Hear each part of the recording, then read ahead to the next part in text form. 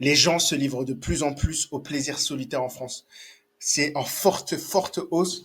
En 2023, selon cet article, 82,9% des femmes déclarent s'être livrées à ce plaisir solitaire contre 52,6% en 1992. Chez les hommes, quasi tous, quasi tous, parce que 96,9% en 2023 contre 92,4% en 92.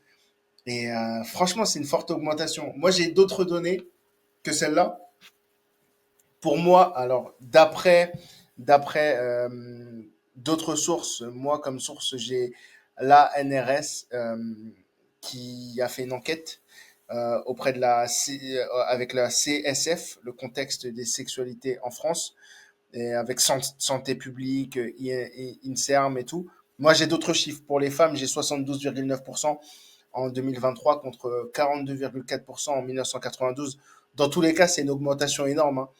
Tu te rends compte que de plus en plus de gens, bah, ils sont ouverts avec eux, ils sont ouverts avec leur rapport à eux.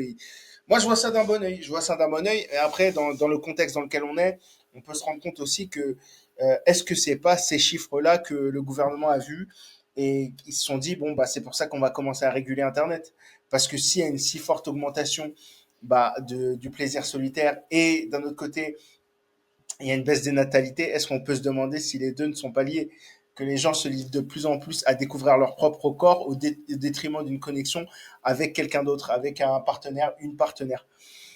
Ouais, moi je le vois d'un bon oeil. Hein, chacun trouve son plaisir comme il veut. Et pour moi, je ne serais pas le mec à criminaliser ce mouvement. Il y en a beaucoup qui le criminalisent, qui criminalisent le plaisir solitaire. Par exemple, avec le mouvement NoFap, qui dit on arrête de s'adonner au plaisir solitaire. Moi, je te dis, fais-toi plaisir. Fais-toi plaisir tant que ça ne devient pas extrême. Le problème, c'est quand ça devient extrême. Bref, dis-moi ce que tu en penses.